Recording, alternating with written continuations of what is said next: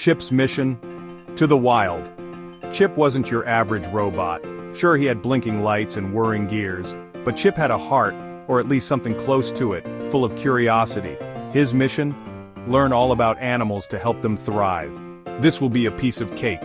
Oh, how wrong he was. Scientists sent Chip to the wildest jungle they could find. Towering trees created a leafy ceiling. Colorful birds sang songs Chip had never downloaded before. This was going to be one wild adventure. Chip, eager to begin, booted up his animal language translator. The first animal Chip met was a bright green parrot. Welcome to the jungle.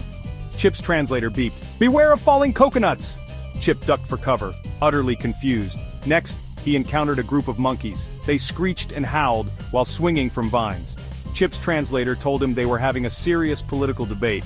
Turns out, they were just deciding what to eat for lunch. This wasn't going as planned. Chip tried to talk to a tiger, but his translator thought the tiger's purrs were engine noises. Every interaction left Chip more puzzled than before.